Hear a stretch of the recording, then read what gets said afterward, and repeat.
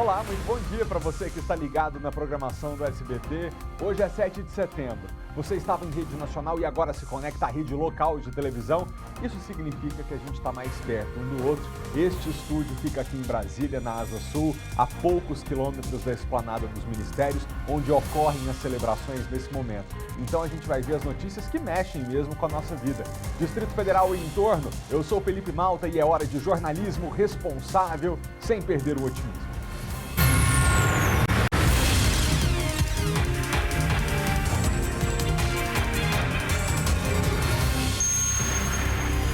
Primeiro, um destaque do noticiário local. Família de Ceilândia aguarda a chegada dos corpos de irmãos que se afogaram em Porto de Galinhas. Vitória Mello. Alugado uma casa de praia para passar uma semana com a família. Ontem de manhã, os dois entraram no mar, mesmo com a sinalização de perigo. Um dos irmãos começou a ter problemas primeiro, o outro tentou ajudar e os dois acabaram se afogando. Felipe, daqui a pouquinho a gente traz os detalhes desse caso. 200 anos da independência, Maicon Leão. Milhares de brasileiros vieram para a Esplanada dos Ministérios, Malta, acompanhar a volta do desfile de 7 de setembro, que não aconteceu por 2 anos seguidos por conta da pandemia. Felizmente, segundo a Polícia Militar, sem registros de ocorrências, o presidente Jair Bolsonaro quebrou o protocolo ao andar pela esplanada e agora há pouco finalizou o discurso que fez em cima de um trio. A gente fala sobre isso daqui a pouco. Havia uma dúvida se ele discursaria agora depois do desfile antes de embarcar para o Rio de Janeiro. A gente já entende o que o presidente disse. E mais, em uma reportagem especial, nós vamos mostrar um pouco da história de Dom Pedro I, o primeiro imperador do Brasil. Um rosto fino, comprido, cabelos fartos e barba.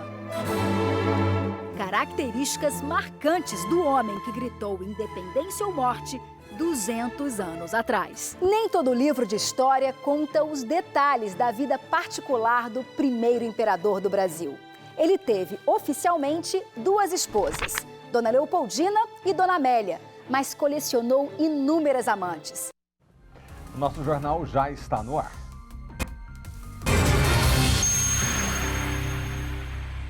Primeiro, antes da gente falar dos 200 anos da independência, você se lembra da história da pequena Ana Vitória, que nasceu com severos problemas de saúde, aliás, precisava de uma cirurgia? Pois é, essa menina conseguiu realizar a operação, mas hoje ela e a família vivem um novo drama. Como a intervenção cirúrgica foi feita com atraso, ela teve complicações, inclusive uma pneumonia. E para tratar, ela precisa de um equipamento de oxigenoterapia, que é uma espécie de respirador. Mas até hoje ela não conseguiu esse fornecimento pela Secretaria de Saúde. A guerreira Ana Vitória, de 2 anos, trava uma batalha pela vida desde que nasceu. Ela tem síndrome de Down e cardiopatia congênita. Aos 6 meses de vida, a menina precisou fazer uma cirurgia no coração. Na época, a operação só aconteceu depois de muita pressão da imprensa. É desesperador. Eu choro dia e noite olhando para minha filha e vendo que eu não vou ter, às vezes fica aquela assim, que eu não vou ter a oportunidade de ver minha filha crescendo. É muito triste. Hoje reencontramos a Ana Vitória. Segundo a Asilene, o atraso na cirurgia da filha deixou sequelas. A menina precisou fazer traqueostomia, que ajuda na respiração, e há 3 meses depende desse equipamento de oxigênio durante 24 horas por dia. Estou pagando R$500 no aluguel até eu conseguir o aparelho fornecido pelo governo. Porque eu não tenho condições de comprar um aparelho e também não tenho condições de estar pagando todo mês R$500 de aluguel desse aparelho. Fora que está precisando ainda do cilindro, né, que é o de transporte. Que quando precisar dela sair para fazer algum tipo de consulta, exame, tem que ter o cilindro, porque eu não tenho carro para poder conectar esse aparelho. Sem um aparelho de oxigenoterapia domiciliar, a criança corre o risco de morrer. Além da Ana Vitória, Zilene tem outros 3 filhos e vive com o auxílio que recebe do governo e do benefício da filha. A família mora nessa casa de aluguel em Planaltina e conta com a ajuda de outras pessoas para conseguir sobreviver. O gasto é bem alto e ela usa fralda, toma leite, tem a fruta, fora as outras necessidades, né, que tem. Tem o Losec, que é um remédio que ela toma também, que é o de um anti-refluxo, que ela pro refluxo, ela é R$200, uma carteirinha com 28 comprimidos. Sem ter condições de pagar pelo equipamento, a dona de casa está recebendo ajuda de graça de uma advogada. A situação da Ana Vitória revela, infelizmente, a forma cruel com que o Distrito Federal tem tratado crianças pobres com síndrome de Down e cardiopatia congênita. O fato de que haja hoje uma fila para fornecimento de oxigenoterapia domiciliar chega a ser um escândalo. Nós ingressamos com a ação judicial, a Vara de Fazenda Pública já concedeu a liminar e estamos esperando o cumprimento por parte do Distrito Federal da ordem judicial. Eles falaram que tem uma firma que fornece, né, mas o governo não assinou o contrato com essa firma e não está fornecendo, a não ser que tenha uma nova licitação, né, para ter um novo contrato para encaixar essas pessoas que estão na lista de espera, né? Foi isso que eles me informaram. Aí o que eles falaram? Que as mãezinhas que estão indo lá estão colocando essa fila de espera e estão indo na defensoria, atrás da justiça, né? Foi o que eu fiz. A Secretaria de Saúde se manifestou sobre o problema. Disse em nota que, no momento, existem 2 processos em andamento para regularização do programa de oxigenoterapia domiciliar, já em fase de licitação. Enquanto isso, a empresa prestadora continua disponibilizando o insumo aos pacientes que estão aguardando pelo serviço. Mas, pelo que mostramos na reportagem, não é o que está acontecendo com a pequena Ana Vitória. É uma situação muito agoniante, né? Porque tudo que você precisa, igual eu fico muito tempo com ela internada. E é muito sofrimento para ela. Toda vez que vai, ela é furada, caçando veia, que ela é difícil de veia. Fora as humilhações, né? Que às vezes precisa de um procedimento, às vezes não tem, às vezes precisa dos exames também. Você não tem dinheiro para pagar. A pior coisa que tem é quando passa os exames, que você não tem dinheiro para pagar. O último exame que ela teve que fazer foi R$1.300. Quem pagou foi minha mãe. Ela tirou do 13º dela para poder pagar, porque eu não tinha dinheiro para pagar. Aí alguns eu ainda consigo, quando ela está internada no hospital da criança, lá eles ainda fazem. Mas os outros que eles não fazem, eu tenho que tirar do meu bolso.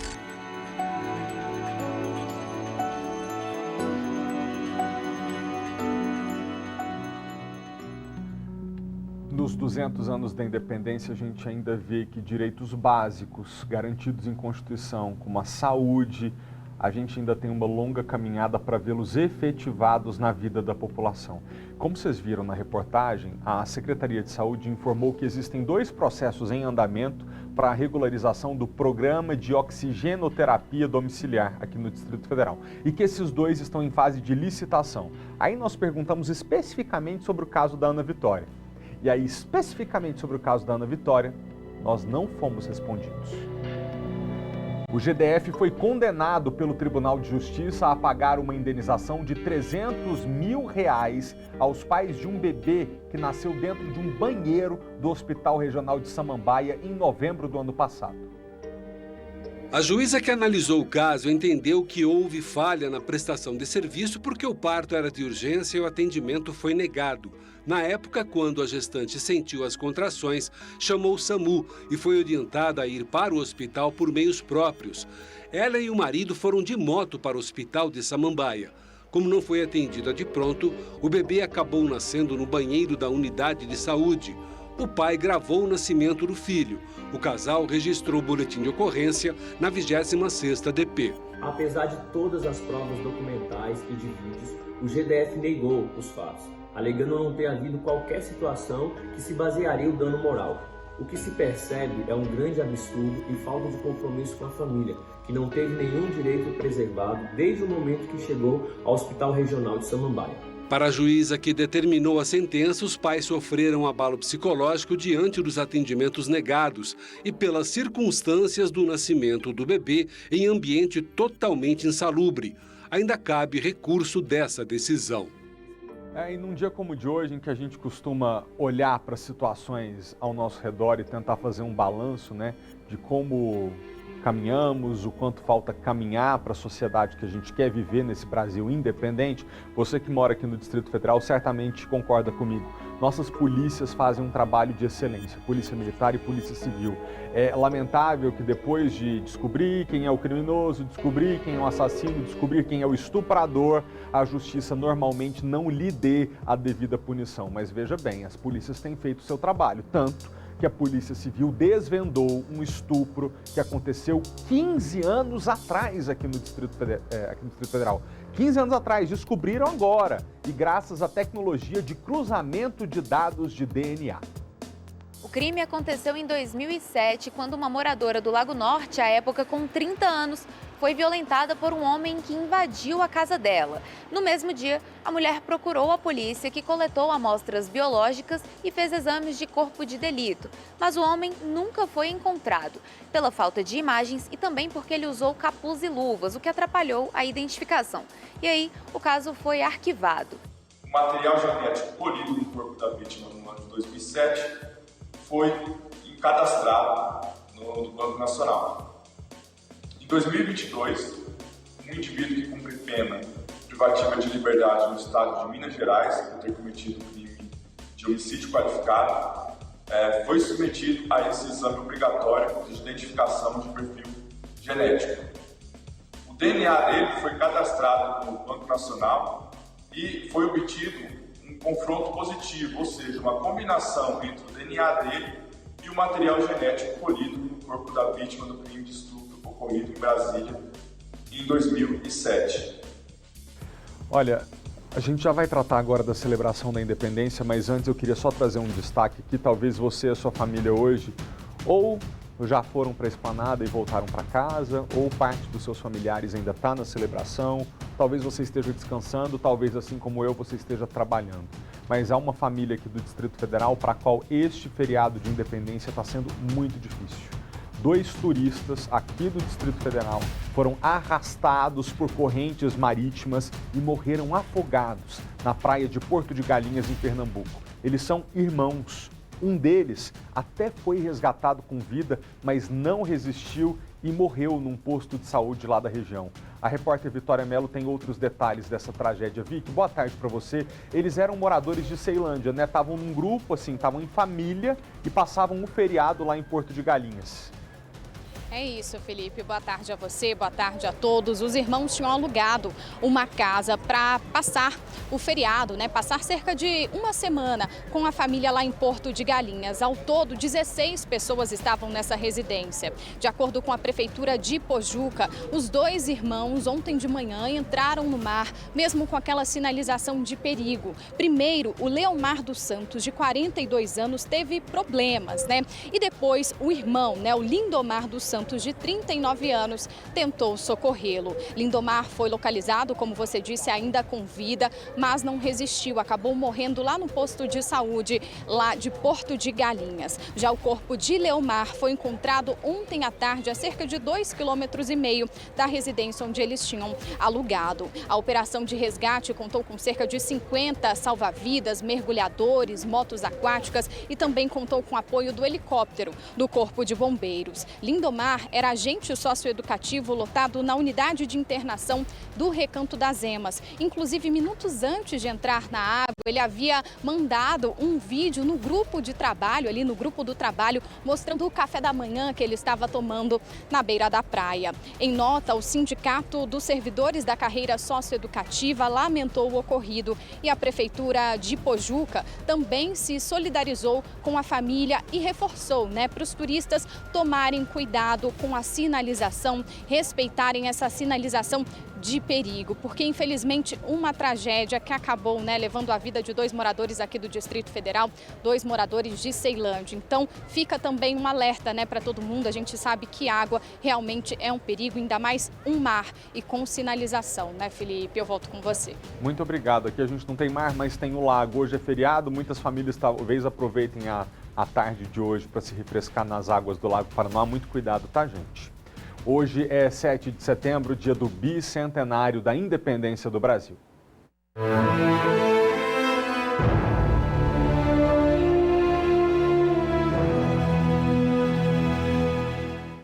A festa da Independência começou no Eixo Monumental com uma queima de fogos à meia-noite. O repórter Maicon Leão acompanha as festividades desde cedo e fala com a gente agora ao vivo. Maicon, boa tarde para você. Queria primeiro, cronologicamente, comentar a queima de fogos que foi feita à meia-noite. Tinha bastante gente, apesar de ser tarde da noite. Acho que até porque a cidade está tão cheia de turistas que eles já quiseram começar essa festa ontem, não é? Boa tarde, amigo. Exatamente, Malta. Boa tarde para você, para todo mundo ligado no SBT Brasília. Para começar a falar da quantidade de turistas, a gente percebe o estacionamento aqui dessa parte de cima da rodoviária cheia, principalmente de ônibus. E boa parte dessa turma que veio participar do 7 de setembro hoje, ontem à noite estava um pouquinho mais em cima ali, na fonte da Torre de TV. Muita gente foi para lá se reunir para começar a comemorar esse 7 de setembro. Teve música no início da noite e aí exatamente à meia-noite começou a queima de fogos. Muita gente ali acompanhando e quem mora ali na região também, se estava dormindo, Malta, acordou com os fogos que anunciava as comemorações do bicentenário da Independência. A gente está vendo aí imagens de como foi essa festa, muita gente ali naquela rampa, em frente à fonte iluminada, a torre que já é bonita, ontem estava assim esplêndida. Valia a pena parar para observar e dava para ver de vários pontos aqui da cidade um verde muito bonito. Conforme a gente ia andando pela cidade, eu observava a torre. E muita gente fez questão de ir lá para frente para acompanhar essa queima de fogos que se estendeu por alguns minutos. Então quem acordou sem entender o que estava acontecendo ainda conseguiu sair de casa e perceber que o céu estava iluminado. Estava parecendo, sabe, virada de ano? Era exatamente essa sensação de quem estava assistindo ontem essa queima de fogos teve. Mas era justamente para marcar o início das comemorações do bicentenário do 7 de setembro,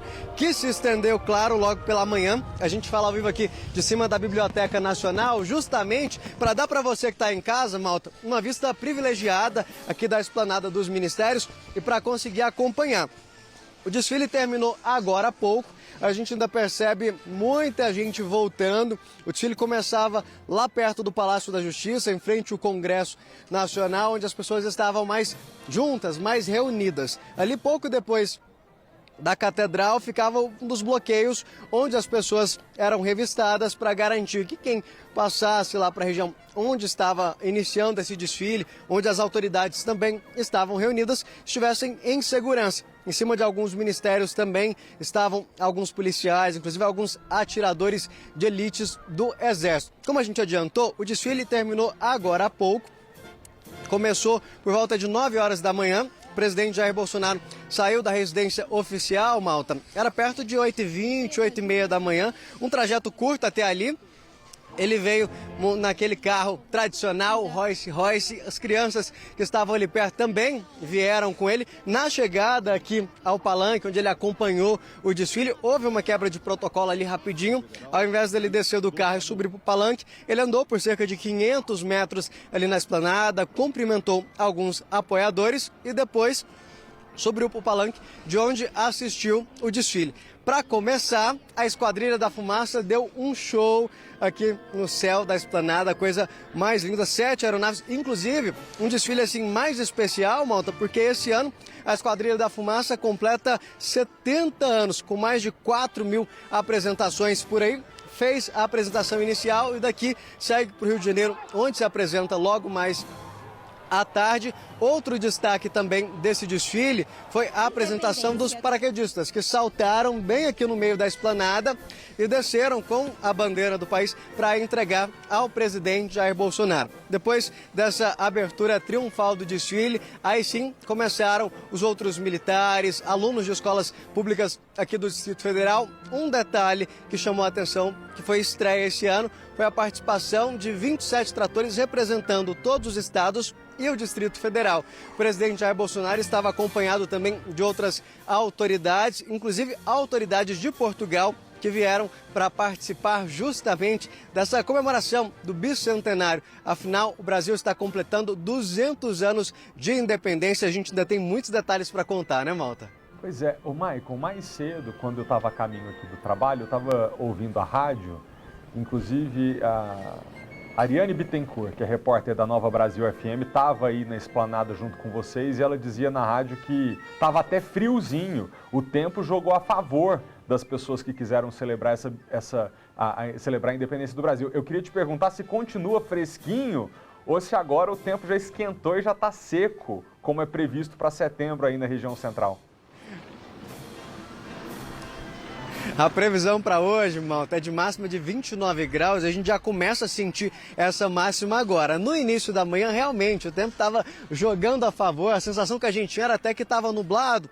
O sol aparecia escondido, tinha até um friozinho. Nosso auxiliar chegou a utilizar blusa de frio aqui, porque realmente estava um vento gelado. Mas agora o sol já apareceu. Na verdade, no meio para o fim do desfile, ele começou a dar o ar da graça, começou a esquentar e agora já está bem quente, a gente já tem aquela sensação justamente de seca que a gente está passando aqui, de baixa umidade relativa do ar, mas ainda está numa situação confortável, não está aquele sol escaldante. Mais cedo ele chegou a esquentar um pouco mais que agora, a gente percebe ele tem como se fosse um arco-íris ao redor, que é justamente de algumas nuvens que dá uma escondida, ele quebra um pouquinho desse sol, mas realmente hoje o tempo jogou a favor. A expectativa que fosse um dia quente, que fosse difícil de aguentar embaixo do sol, felizmente ela não se concretizou.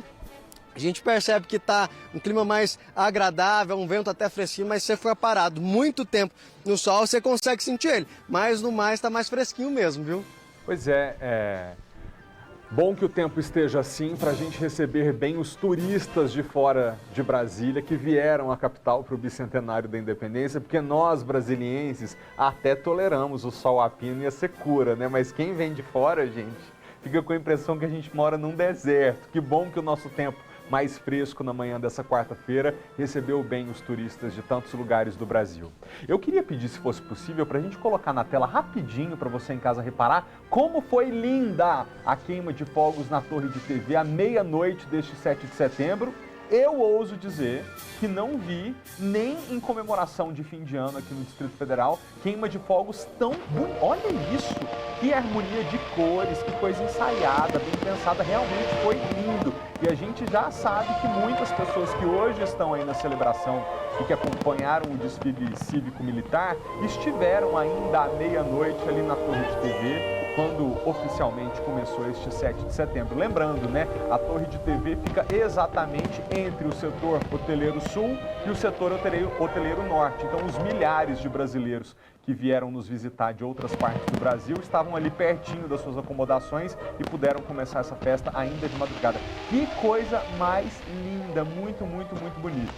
Maicon, esse ano o presidente da República saiu para o desfile com o tradicional Rolls Royce, cheio de passageiros especiais. Antes de te passar a palavra, deixa eu até contar aqui para o pessoal de casa. A gente vê esse Rolls Royce lendário nas ruas em duas ocasiões. Ou no 7 de setembro, na independência, ou na posse presidencial. São os momentos em que o presidente da República sobe ao Rolls Royce e faz esse desfile. Ele estava acompanhado de quem, Maicon Leão?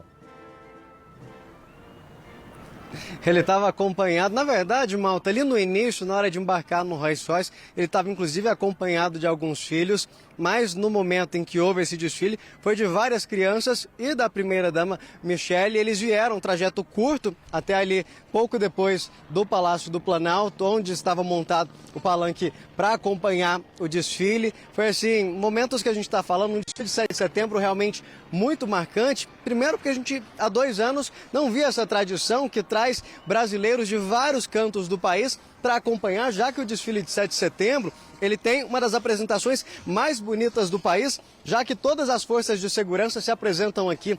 Tem exemplos de aviões que passam bem baixinhos aqui, próximo à altura dos prédios. A gente assistindo do alto aqui da Biblioteca Nacional, tinha até a impressão de que, nossa, está muito perto da gente. Ou seja, é uma oportunidade única que esses brasileiros têm de estarem perto dessas autoridades, de verem, por exemplo, o desfile dos veículos utilizados pelo Exército Brasileiro, pela Marinha. Por tudo a gente via várias viaturas, a gente ainda tem inclusive ali, pedi para o Rogério se vai mostrar para a gente, alguns caminhões do Exército que também participaram do desfile. Ou seja, é uma oportunidade dos brasileiros terem contato muitas vezes única, principalmente a que mais chamou a atenção, foi justamente a da Esquadrilha da Fumaça, que passou aqui pertinho. Os caças também fizeram um voo bem baixinho, a gente principalmente sente a potência deles, até mais, por exemplo, que da Esquadrilha, que a gente vê aquela linda apresentação no céu. O caça a gente sente até a potência, que logo depois que ele passa, tem um barulho forte, estrondoso, que inclusive em apresentações anteriores chegaram a quebrar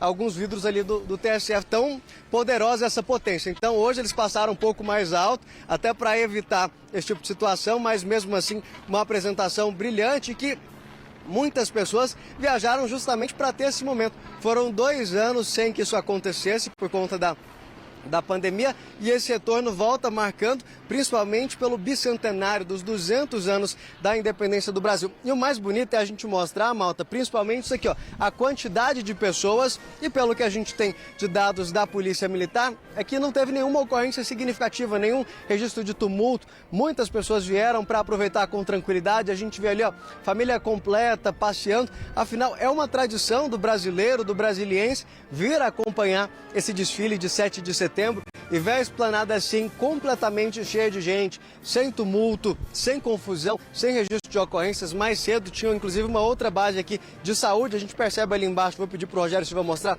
esse ônibus ali é um dos pontos de apoio da saúde. Quem quiser tomar a vacina contra a Covid-19, fazer teste de Covid, consegue fazer aqui. Ou seja, foi realmente um dia dedicado para as pessoas virem, comemorar, participar, acompanharem esses momentos, mas também de cuidar da saúde. Ou seja, um dia muito especial para todos, não só brasilienses, mas também brasileiros que vieram para cá. Como a gente adiantou no início do jornal, vários ônibus vieram para Brasília. O setor hoteleiro está cheio de turistas, ou seja, a cidade realmente recebeu muito bem esses turistas e até o tempo ajudou para essa galera. O gramado que a gente costuma ver da esplanada verdinho, por conta dessa seca, está um pouquinho apagado, mas mesmo assim foi muito bonito de se ver, Malta. Até ano passado, no 7 de setembro, você acompanhava as comemorações ali em Goiânia. Essa é a sua primeira vez aqui em Brasília. Então eu vou fazer um teste com você. Qual é a diferença da Esquadrilha da Fumaça deste ano para os anos anteriores? Você conseguiu perceber algo de diferente que não acontecia nos anos passados? Malta, eu tô acostumado a ver a Esquadrilha da Fumaça muitas vezes soltando uma fumaça branca. Dessa vez ela foi colorida com as cores da pátria e muita gente percebeu essa diferença aqui, até comentou que o céu de Brasília ficou completamente colorido, porque eles começaram ali no meio realmente da esplanada e aí vieram, fizeram a volta e depois que eles passaram, a fumaça ainda se estende por um tempo. E o céu de Brasília ficou completamente verde, amarelo, azul, aquele show de cores. Garoto, olhar jornalístico no fato. Exatamente, além de ser a celebração da independência, é a celebração de 70 anos da Esquadrilha da Fumaça, que é composta por 7 aeronaves, como você vê na tela. Eles já contam mais de 3.900 apresentações, já chegaram a fazer mais de 60 apresentações em um único ano. E veja bem, na história da Esquadrilha, eles não começaram como fumaça, a fumaça veio depois, tá? E um detalhe sobre a Esquadrilha da Fumaça da Força Aérea Brasileira é que eles detêm o recorde no Guinness de maior quantidade de aeronaves voando de dorso, que é de cabeça para baixo. Ao todo foram 12 aviões T-27 Tucano voando com a barriga para cima durante 30 segundos. Essa marca foi conquistada em 2006 sobre o Campo Fontenelle na Academia da Força Aérea em Pirassununga. Foram 3 quilômetros voando em formação. Muito lindo, né? E a parte que as crianças mais gostam da celebração, porque ali o desfile especificamente tem uma limitação de público. Só quem consegue ficar na arquibancada tem o privilégio de ver o desfile militar. Agora, a Esquadrilha da Fumaça é uma apresentação democrática que você que está aqui na região central de Brasília, basta olhar para o nosso céu maravilhoso e aí a gente consegue perceber que coroa, né? A celebração da independência não é a mesma se não tiver a Esquadrilha da Fumaça. Como é que tá? Você comentou agora há pouco, Maicon, que não havia percebido daí de cima e a gente também não recebeu nenhuma informação das autoridades de segurança sobre tumulto, ocorrência, já que tem muita gente junta. O movimento que você percebe aí agora já é das pessoas se dispersando da esplanada, tem muita gente já caminhando aqui para a rodoviária do Plano Piloto. Tá com um clima de que tá acabando ou tem gente suficiente para essa manifestação continuar durante a tarde? Malta, tem gente suficiente para continuar, mas o que a gente percebe é realmente um movimento contrário. Pessoal, voltando lá da região dos ministérios, aqui sentido rodoviária, até porque no início do jornal, quando nós entramos, aquela parte ali mais em frente ao Congresso, a gente quase não conseguia ver a grama, realmente estava tomado pelas pessoas, mas agora já começou a dar uma esvaziada, as pessoas estão subindo no sentido já da rodoviária, do plano piloto. A gente acredita que realmente eles estão se dispersando. A maioria estava do lado de lá, no canto esquerdo da sua tela, e a gente percebe que do lado de lá também já deu uma esvaziada, as pessoas estão todas caminhando agora realmente no sentido contrário que fizeram logo pela manhã. O movimento de pessoas já por volta de 7 horas já era grande, seguindo rumo ao Congresso, onde se juntaram mais próximos justamente ao palanque, onde estavam as autoridades e também na beira da pista ali para conseguir acompanhar o desfile. Mas agora a impressão que a gente tem daqui de cima é que realmente a maioria já está voltando para casa, até porque perto da hora do almoço, está na hora do pessoal ir almoçar, né, Malta? E os restaurantes aqui da região central de Brasília vão ficar lotados, porque os turistas vão movimentar o nosso comércio nesse feriado. Maicon, rapidinho, deixa eu comentar outra parte da apresentação com você. O show aéreo, né? A presença dos paraquedistas militares que saltaram com a bandeira do Brasil. Daí do topo da Biblioteca Nacional, você conseguiu ver esse show com os próprios olhos ou você teve que acompanhar a transmissão da televisão?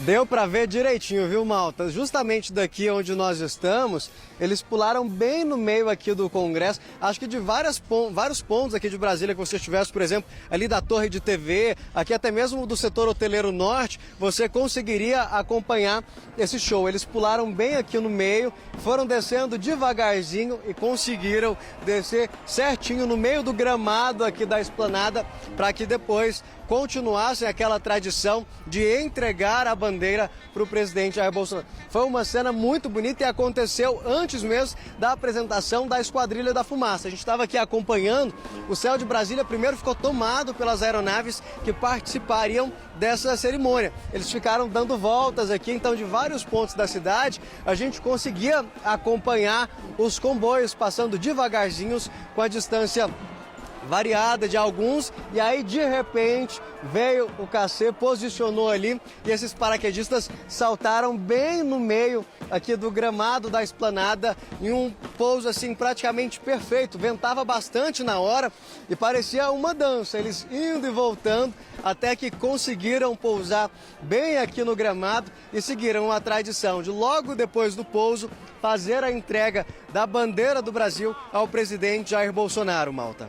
Obrigado, Maicon. A gente volta a se falar daqui a pouquinho com essa multidão atrás de você. Eu lembro que no dia que a gente celebra os 200 anos da independência do Brasil, a gente precisa ter consciência que nesses últimos 2 séculos nós passamos a ser um povo que tem a possibilidade de determinar o próprio destino. Somos independentes. Então nós todos, brasileiros, juntos, buscando entendimento, temos que tomar conta do futuro dessa nação.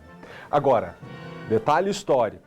O personagem principal da proclamação da independência, o Dom Pedro I, sempre foi um homem polêmico e controverso. Aqui agora é um pouco de aula de história para um dia que você for parar lá na plateia do programa do Ratinho. Vocês já viram esses vídeos circulando na internet, né? E o Ratinho perguntar, quem foi que proclamou a independência? Você não errar. O primeiro imperador do Brasil, que foi Dom Pedro, enfrentou problemas de saúde, colecionou amantes e teve vários filhos fora do casamento. Um rosto fino, comprido, cabelos fartos e barba. Características marcantes do homem que gritou independência ou morte 200 anos atrás. Dom Pedro I fazia de tudo para manter uma boa imagem, segundo o historiador Paulo Resutti. Ele estava sempre muito bem arrumado, ele estava muito asseado, ele tinha marcas de varíola no rosto, então ele vai deixar as suíças crescer para esconder essas marcas. Então ele era muito preocupado com a sua figura também. Não só por vaidade. A reputação de Dom Pedro I foi importante para que o então príncipe se tornasse um governante aos 22 anos, quando os pais voltaram para Portugal, país onde nasceu. Mas o futuro imperador não estava preparado para assumir uma responsabilidade deste tamanho, como conta a historiadora Mary Del Priore. Moleque, né? Que é muito jovem, importante que se diga isso, não tinha tido absolutamente educação para ser, digamos, para tomar frente de uma questão política, um homem intuitivo. Que mudou os rumos de duas nações. Dom Pedro I foi um meteoro, ele foi um raio que cruzou o céu de Portugal e do Brasil e transformou tudo pela frente. Mas o escritor Laurentino Gomes lembra que ele não era nenhum super-homem. Ele tinha crises periódicas de hiperlipsia, desabava em público, ficava completamente inerte. O escritor Eduardo Bueno diz que Dom Pedro I não fazia questão de esconder a paixão que sentia pelas mulheres. Todo mundo sabe, eu deveria saber, era o maior mulherengo do mundo, né? Ele pensava em mulher o tempo inteiro. Ele era assim, tipo playboy mesmo. A fama corria de boca em boca e começou a pegar mal. Os casos de Dom Pedro, ao contrário de reforçar a sua masculinidade, nessa época já eram considerados, se você me permite aqui uma expressão popular, uma bola fora. Nem todo livro de história conta os detalhes da vida particular do primeiro imperador do Brasil. Ele teve, oficialmente, duas esposas, Dona Leopoldina e Dona Amélia, mas colecionou inúmeras amantes. A principal foi Domitila de Castro, a Marquesa de Santos. Ele teve um caso até com a irmã de Domitila, a Baronesa de Sorocaba. Com todas elas, Dom Pedro teve filhos, mas a quantidade total de herdeiros, legítimos e bastardos, ninguém sabe ao certo. Por volta de 20 a 25 filhos, provavelmente ele deve ter tido, porque assim, com 11 anos de idade ele já fala que é homem. Então ele já teve uma iniciação sexual muito cedo. Muito cedo ele também ganhou experiência na paternidade e desempenhou bem a função. Ele queria educar todos os filhos, inclusive os bastardos, isso que é interessante. Eu mesma manuseei as cartas todas que ele escreveu aos filhos de Portugal, preocupação de mandar brinquedos, preocupação de manter espiões dentro do Palácio de São Cristóvão para saber se os filhos estavam sendo bem cuidados. Dom Pedro I morreu aos 35 anos de tuberculose em Portugal. A filha, Dona Maria II, ocupou o trono como rainha. No Brasil, Dom Pedro II deu continuidade ao império. O amor do pai deles pelos dois países fez com que o corpo ficasse aqui e o coração permanecesse por lá. O que me encanta no Dom Pedro I é o ser humano, é menos o mito de pedra e bronze que hoje a gente vê em praça pública.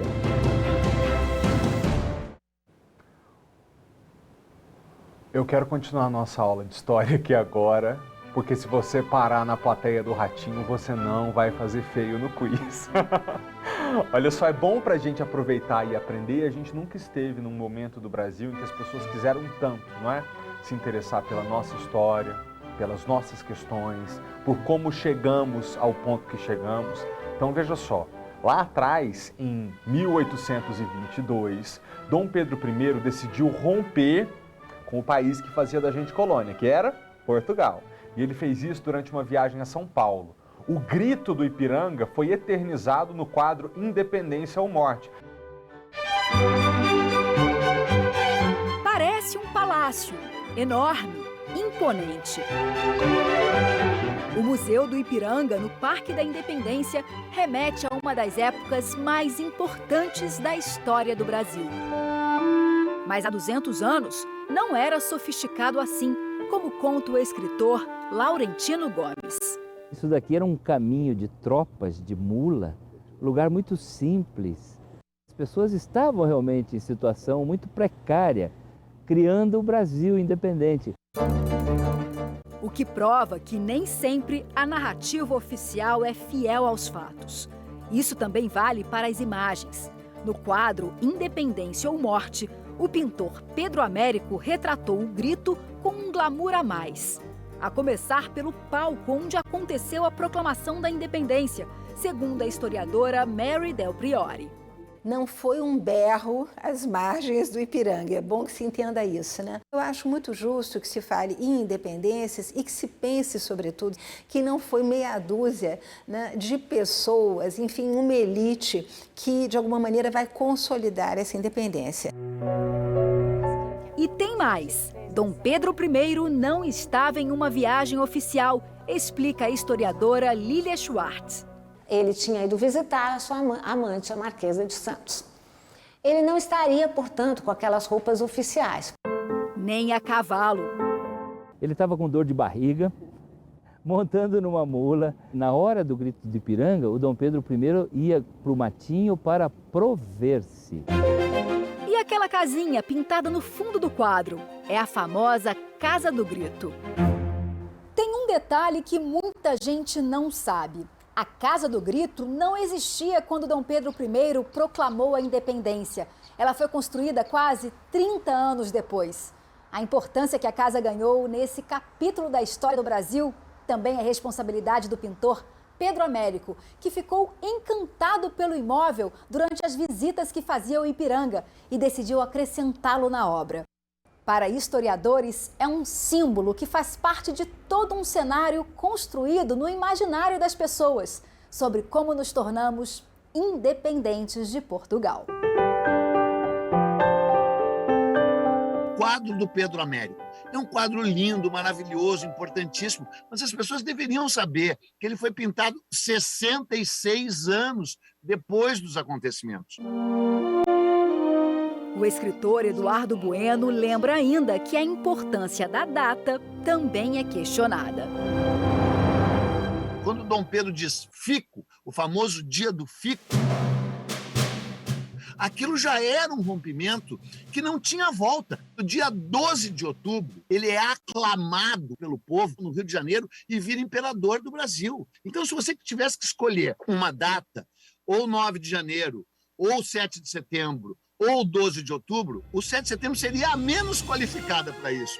Dom Pedro I não foi o único protagonista. José Bonifácio é considerado o patriarca da independência e, naquela época, já defendia educação para todos e reforma agrária. Muitas coisas do que o José Bonifácio desejava para o Brasil independente 200 anos atrás continuam na nossa pauta hoje. Por isso que é um país em construção. A independência se constrói ao longo do tempo.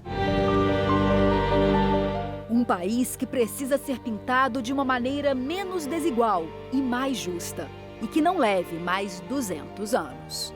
Qual é o primeiro passo? É estudar e refletir. Ler livro de história, estudar, porque é disso que surge pessoas mais habilitadas a tomar boas decisões em relação ao futuro.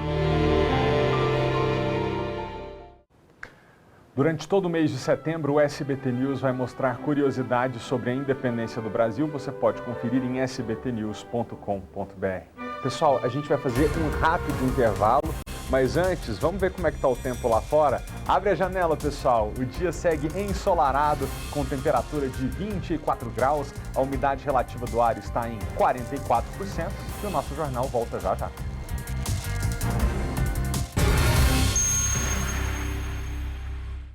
Estamos de volta, hoje é 7 de setembro, bicentenário da independência do Brasil.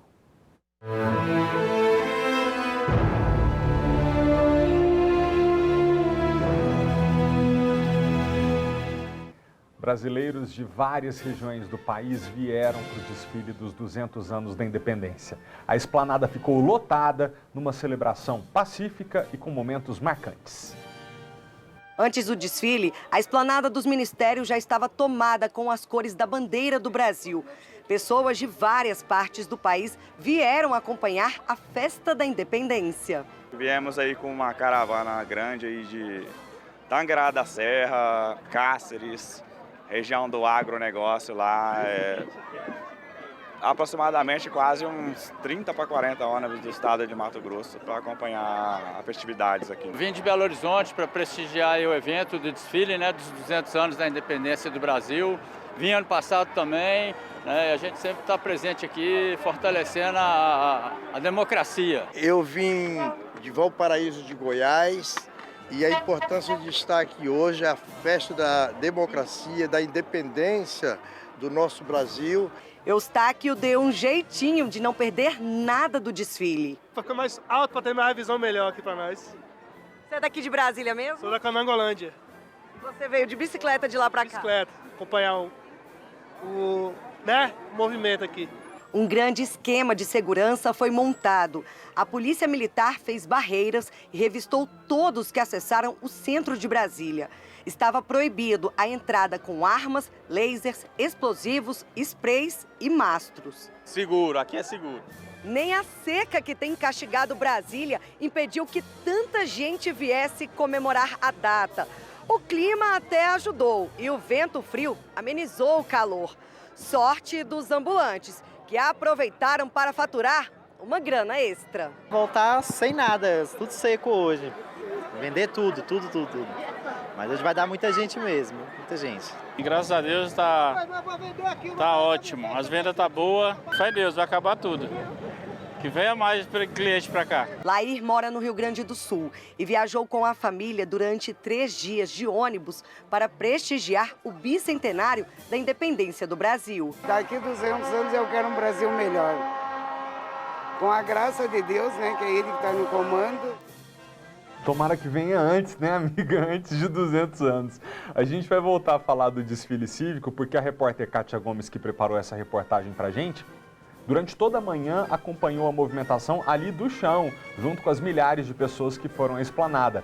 Kátia, a Polícia Militar do Distrito Federal havia dito pra gente que se organizou, né, colocou um esquema para receber de forma segura 900 mil pessoas na esplanada. A gente chegou realmente a essa marca? Quais são as informações que você tem nesse momento? Boa tarde. Oi, Malta. Olha, nós não temos ainda um número oficial de pessoas que passaram aqui pela esplanada dos ministérios. Mas eu posso te garantir, viu? A esplanada ficou completamente lotada. Eu acho que eu nunca vi essa grande quantidade de pessoas como nesse 7 de setembro. E estava tão cheio, Malta, que muitas pessoas até improvisaram, subiram em árvores para conseguir acompanhar de perto esse desfile que teve aqui hoje pela manhã, né? Foi uma manhã bem tranquila, não teve ocorrência policial grave, né? Não teve nenhuma briga, não teve nada muito grave aqui no 7 de setembro, mas também toda a segurança foi montada para que isso acontecesse. Foi feita, como nós vimos na reportagem, uma revista. Então as pessoas elas não podiam entrar com facas, canivetes, arma de fogo ou nada que pudesse ali causar algum tipo de ferimento. Então foi um 7 de setembro bastante tranquilo.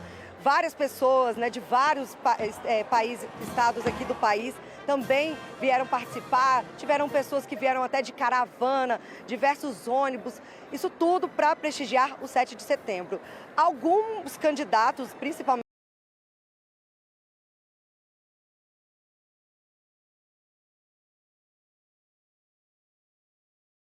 admirável, viu? Em relação à confusão, não teve nada grave aqui na esplanada. Que coisa boa, graças a Deus. É assim que tem que ser qualquer manifestação, qualquer aglomeração. No caso de hoje, né, há uma parte que se manifesta, mas há uma grande parte que celebra a data da independência, que não tem partido político, nem tem que ter, a independência do país de todos nós. Agora, prestando um serviço para quem está em casa e levando essa informação, Kátia, até quando o trânsito vai continuar interditado aí na região da esplanada dos ministérios? Hoje já liberam ou só amanhã de manhã? Como é que vai ser?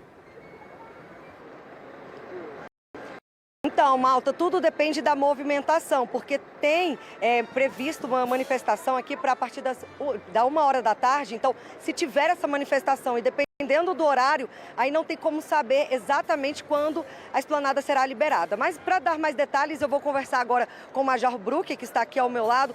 Major, então não tem previsão, né? Está prevista aí uma manifestação 1h da tarde. Enquanto tiver gente aqui, a esplanada vai continuar fechada. Boa tarde a todos. Sim, existe uma previsão de, a partir das 13 horas, sair alguns trios, 3 trios elétricos, que vão até a Avenida das Bandeiras e lá eles farão ali o seu ato, o seu manifesto, já está previsto isso. E até o momento do encerramento, aqui permanecerá fechado para a circulação de veículos. Eu falei que a manifestação, né, quer dizer, o ato, né, de acompanhar o 7 de setembro foi bem tranquilo. A PM fez a revista, conseguiu encontrar algum objeto, alguma pessoa tentando entrar com armas ou facas?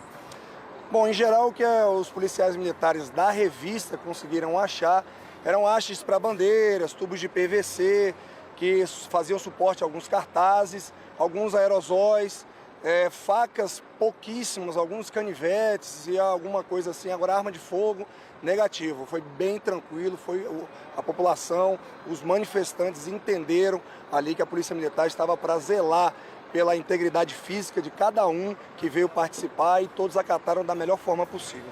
Então, ocorrência policial aqui teve alguma? Não, ocorrência policial nenhuma. Os policiais militares se depararam muito com crianças perdidas e aí encaminhou ao órgão competente para que pudesse achar os seus pais. Major, o Malta ele até comentou, né, antes da minha entrada, que a estimativa da Polícia Militar é que 900 mil pessoas viessem à Esplanada. A PM, ela faz essa estimativa, ela tem uma noção de quantas pessoas participaram aqui do 7 de setembro? Na verdade, é uma confusão. A Polícia Militar não faz estimativa de público. Nós não temos um método científico para poder fazer essa apuração. Então, não divulgamos, não fazemos nenhuma apuração de público. Não tenho ideia, né? Mas realmente foi um 7 de setembro diferenciado. A PM já estava preparada para caso tivesse algum tipo de confusão? Todo o planejamento da PM é baseado no histórico e na expertise que nós temos já de muitos anos. Então, aqui, a Esplanada dos Ministérios é palco de muitas manifestações, de muitos atos, sejam eles muitas vezes até perturbando a ordem pública. Então, nós temos essa expertise, o aparato público do Estado aqui, nós conseguimos empenhar da melhor forma possível, justamente por essa expertise. Então, só para terminar, a previsão é que continue bloqueado aqui o acesso à Esplanada até a manifestação terminar. Pode ser hoje ou amanhã, não tem data. Exato, vai ser avaliado em relação à segurança pública, obviamente em relação à segurança das pessoas, da circulação de veículos, para liberação ou não. Existe a previsão da manifestação, encerrando será avaliado para ver se libera ou não. Tá certo, então, Major. Muito obrigado pelas informações. E, Malta, vou pedir para o Rodrigo Marques, nosso cinegrafista, mostrar para vocês a quantidade de pessoas que ainda circulam aqui na Esplanada dos Ministérios, né? Tem muita gente ainda. Algumas pessoas já estão subindo, já estão indo embora, voltando para casa, mas lá embaixo, lá no gramado, ali próximo ao Congresso Nacional, a quantidade de pessoas ainda é muito grande, viu? E a gente segue por aqui acompanhando o 7 de setembro. Muito obrigado, Kátia Gomes. Agradeço agora ao Major Brook, não é? Não é mais Capitão Brook, é Major Brook. Agradeço a ele pela presença ao vivo no nosso jornal e eu te agradeço pelas informações. Beba água, tá? Porque deve estar muito seco aí fora.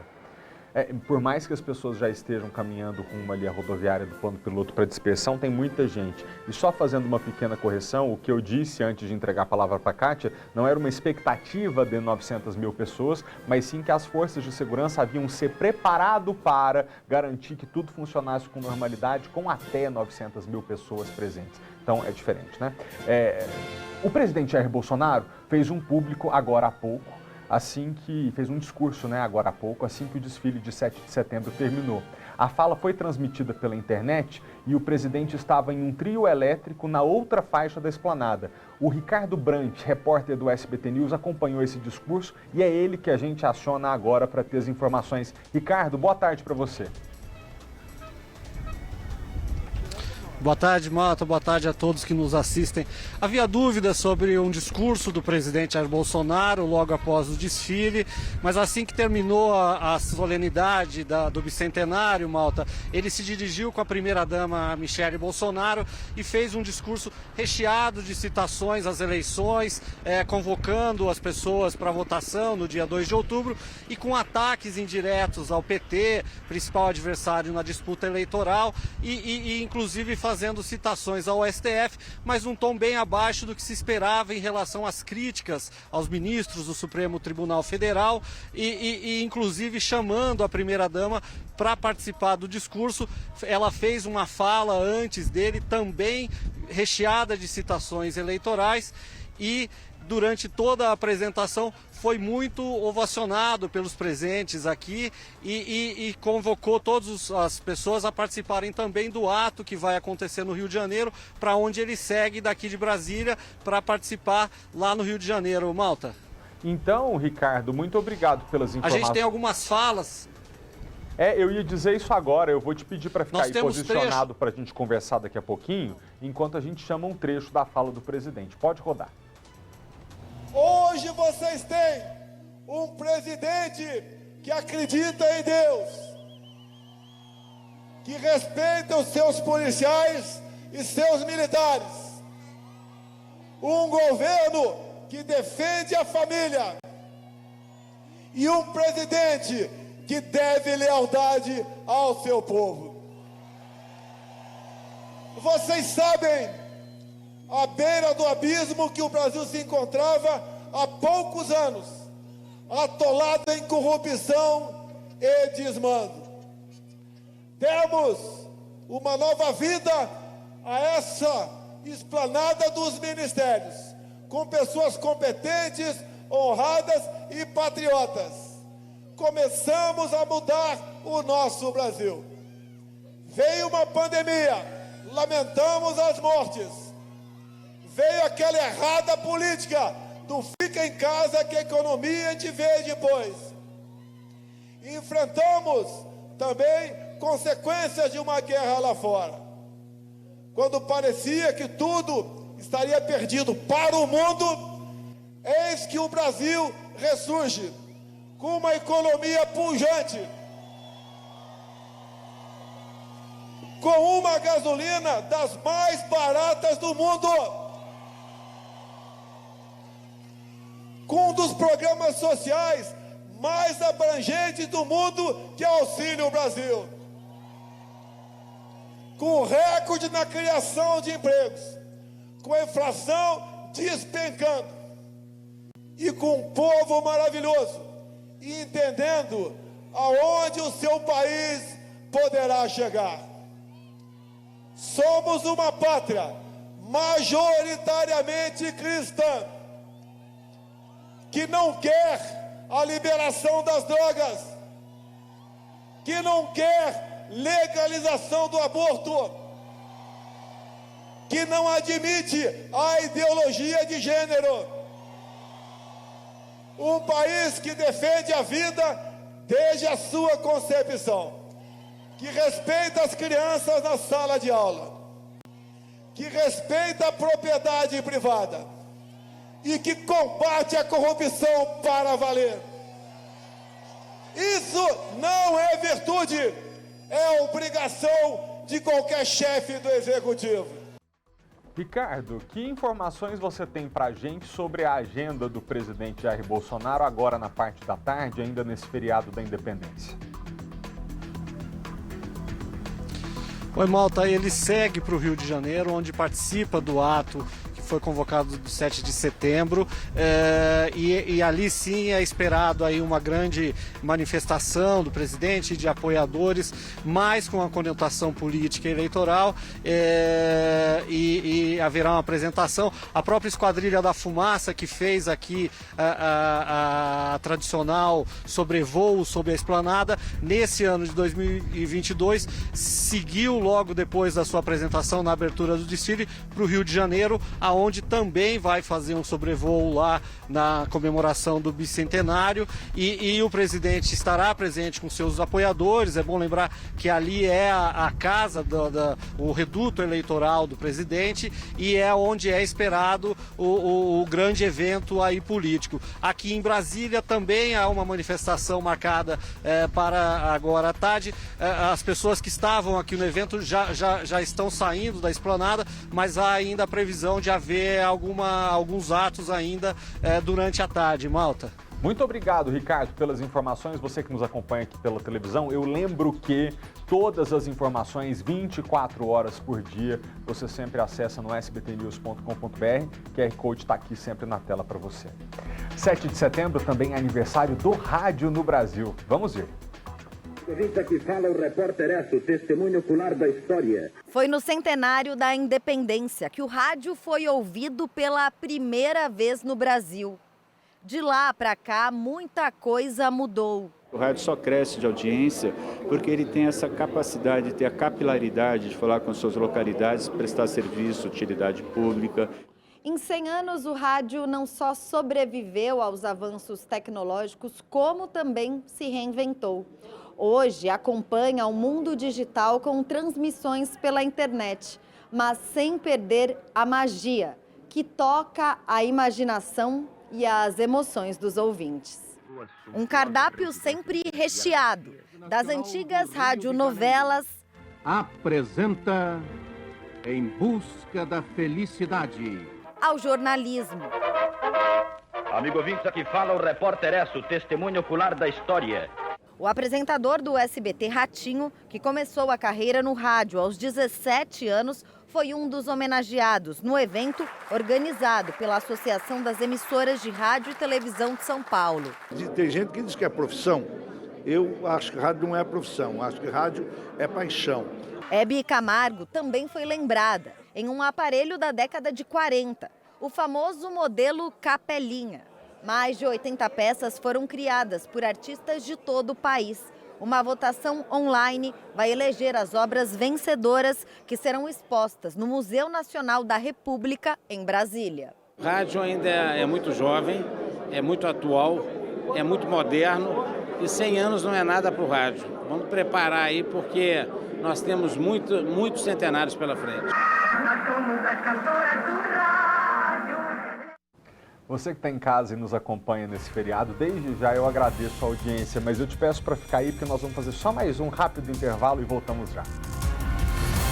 Destaque aqui do nosso noticiário local: 3 criminosos armados e com um carro furtado foram presos pela Polícia Rodoviária Federal. Um deles é acusado de ter participado daquele caso de homicídio escabroso que a gente mostrou aqui no mês passado. Murilo Braga, de 26 anos, foi assassinado e torturado em Santa Maria depois de um desentendimento por causa de um aparelho celular. A repórter Vitória Mello tem mais detalhes sobre essa prisão. Vitória, com você. É isso, Felipe. O veículo em que os criminosos estavam passou ontem à tarde pela BR-040. Os agentes da PRF consultaram ali a placa desse carro e viram que se tratava de um veículo furtado aqui em Brasília. Durante a abordagem, uma arma foi encontrada e o condutor e os 2 passageiros informaram nomes falsos. Todos foram encaminhados para a delegacia do Gama. 2 homens estavam com mandado de prisão em aberto, um deles por homicídio cometido no mês passado em Santa Maria. Como você adiantou, né, a gente mostrou esse caso aqui no jornal. A vítima era Murilo Braga, de 26 anos. Ele foi torturado, teve os olhos arrancados e as orelhas cortadas por uma dívida de celular. Na época, a mãe dele conversou com a nossa equipe, né, e ela havia informado que o filho havia emprestado o aparelho que era dela para um homem, mas a pessoa não teria devolvido esse celular. Ele então foi cobrar esse aparelho de volta e acabou assassinado. Então, ontem à tarde, durante essa abordagem na BR-040, os agentes da PRF identificaram esse rapaz, encaminharam para a delegacia lá do Gama e, por um acaso, esse autor desse homicídio, dessa tortura, está agora atrás das grades. Felipe. Muito obrigado, Vicky, pelas informações. A Polícia Civil de Goiás prendeu um dos funcionários de uma farmácia lá em Lusiânia. Ó que perigo! A drogaria não tinha autorização para vender determinados remédios, inclusive muitos estavam fora da validade. Foram apreendidos mais de 3.000 medicamentos irregulares. Na operação policial foram apreendidos mais de 3.000 medicamentos, entre eles isotretinoína para tratamento de acnes graves. A drogaria vinha funcionando com uma cópia adulterada do alvará de 2021 para a compra dos remédios que foram recolhidos, com prazos de validade vencidos, como Lorazepam, Gardenal e Citotec. Como os donos da farmácia não estavam no local, os advogados deles é que prestaram esclarecimentos à polícia. Apenas um balconista se encontrava na farmácia. Ele tinha a chave do depósito onde ficam os medicamentos. Segundo os policiais, o funcionário tinha conhecimento de que havia muitos produtos com validade vencida, impróprios para o consumo, e acabou detido. No local foram encontradas também ampolas de anticoncepcional, vitaminas e anti-inflamatório de uso hospitalar que não poderiam ser mantidos em uma farmácia.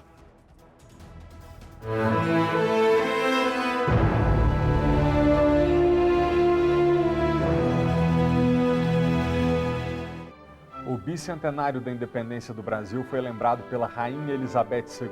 A embaixadora do Reino Unido aqui no Brasil, Melanie Hopkins, compartilhou no Twitter a mensagem da soberana, que disse: em meio à celebração da importante ocasião dos 200 anos de independência, gostaria de parabenizar Vossa Excelência, aí ela se dirige ao presidente Jair Bolsonaro, e enviar minhas felicitações ao povo da República Federativa do Brasil, lembrando com carinho da minha visita ao país em 1968. Que continuemos trabalhando com esperança e determinação para superar os desafios globais. Agora a gente vai falar de volta com o Maicon Leão, que continua posicionado no teto, no topo da Biblioteca Nacional, e traz para a gente como está a movimentação na esplanada nesse momento. Maicon, é com você. Exatamente, Malta. Desde as primeiras horas dessa quarta-feira, a gente está aqui no alto da Biblioteca Nacional, onde a gente tem uma vista privilegiada aqui da esplanada dos ministérios, em que a gente já acompanha agora um movimento bem menor do que a gente veio acompanhando durante a manhã. As pessoas já se dispersaram. A informação que a gente tinha aqui, inclusive, para sair ali pelos anexos dos ministérios, tinha uma fila grande de pessoas. A expectativa era que até demorasse essa evacuação, mas pelo que a gente percebe, rapidamente as pessoas se dispersaram. O movimento aqui na esplanada já é bem menor, praticamente todo mundo já foi embora. A gente percebe um movimento maior ali onde ficava aquele bloqueio justamente de segurança, mas que também já foi desmobilizado. A gente percebe que a maioria das forças de segurança estão concentradas aqui embaixo, em frente ao Museu Nacional, onde a gente percebe várias viaturas, ônibus, policiais militares já reunidos, ou seja, aquele esquema de segurança maior, por conta até mesmo da quantidade de pessoas, também já foi desmobilizado, já está mais reduzido aqui. O que a gente percebe é que realmente as pessoas que vieram para aproveitar esse desfile, que muitas delas chegaram aqui até mesmo antes das 7 horas da manhã para conseguir garantir um lugar mais à frente, porque como a gente viu, tinha muitas pessoas. Então, para conseguir um lugar privilegiado, para ver de pertinho o desfile, muitas pessoas até madrugaram para chegar cedo, ficar lá próximo ao palanque, próximo da grade onde esse desfile se inicia, porque nós estamos já aqui, agora seria o fim da esplanada, porque a gente está no Ministério e o desfile veio de lá para cá, mas bem no início aqui da esplanada, antes mesmo da catedral, as pessoas mesmo assim ficavam aqui ao fim para conseguir ver o desfile, mesmo quando acabando já daqui conseguiam acompanhar, mas muita gente, Malta, realmente veio cedo para passar o dia aqui com a família. A gente comentou que o tempo ajudou, não estava aquele sol escaldante, até porque a previsão era de 29 graus. A gente pega 29 graus com essa umidade lá embaixo, a sensação térmica vai lá para cima, mas o tempo ajudou, inclusive agora que a gente está no ar ao vivo, 12h55, a temperatura está bem amena, o sol está escondido atrás dessa névoa, então quem veio aproveitou sem muito desgaste. Em anos anteriores, o pessoal estava me contando aqui que o sol escaldante, essa hora estava um cansaço por conta da temperatura, mas hoje não. O tempo ficou bem ameno, fresquinho, o pessoal conseguiu acompanhar as belas apresentações. O desfile começou por volta de 9h05, 9h10 da manhã, justamente com os paraquedistas que saltaram no meio da esplanada, fizeram um show até que conseguiram pousar e entregar a bandeira do país para o presidente Jair Bolsonaro. Logo na sequência vieram os aviões da Esquadrilha da Fumaça, com aquele show que nós mostramos aqui esse ano, inovando com as cores da pátria. Fizeram apresentações e logo na sequência vieram outras aeronaves, caminhões do Exército, tanques. Esse ano o destaque também que a gente falou foi justamente a participação de tratores representando cada estado e o Distrito Federal. Foram 27 tratores. O desfile em si, Malta, durou cerca de 2 horas, mas a gente percebe, terminou ali perto das 11 horas da manhã, mas aos poucos as pessoas foram se despachando, aproveitaram para encontrar o pessoal, fazer literalmente um passeio de família. Logo depois do desfile, o presidente Jair Bolsonaro atravessou a esplanada, subiu em um carro, só fez o discurso do outro lado da esplanada, como a gente já adiantou aqui. Então foi uma manhã bem movimentada, mas felizmente sem registro de ocorrências, muito tranquilo. A segurança foi realmente mantida, os protocolos. A gente viu que o bloqueio realmente ficou ali limitando nessa parte de trás. A gente chegou a ver algumas pessoas realmente com as bandeiras, com o mastro, mas elas não conseguiram passar do ponto de bloqueio, que era realmente o limite, onde para lá precisavam ser seguidas umas regras de segurança mais duras. É bom a gente ver que realmente o desfile seguiu com muita tranquilidade e a festa dos 200 anos da independência terminou sem nenhum registro grave, né, Malta? Muito obrigado, Maicon, pelas informações e por todas as participações ao longo da edição de hoje aqui no Jornal. A você de casa eu agradeço pela companhia e pela audiência, que você possa curtir esse feriado em família. Nós que somos o sistema brasileiro de televisão, não poderíamos estar mais felizes em celebrar junto com você que está em casa a independência do nosso país, que tenhamos um destino brilhante como povo. Obrigado pela companhia e nos vemos amanhã, 15 para meio-dia, aqui no SBT. Tchau!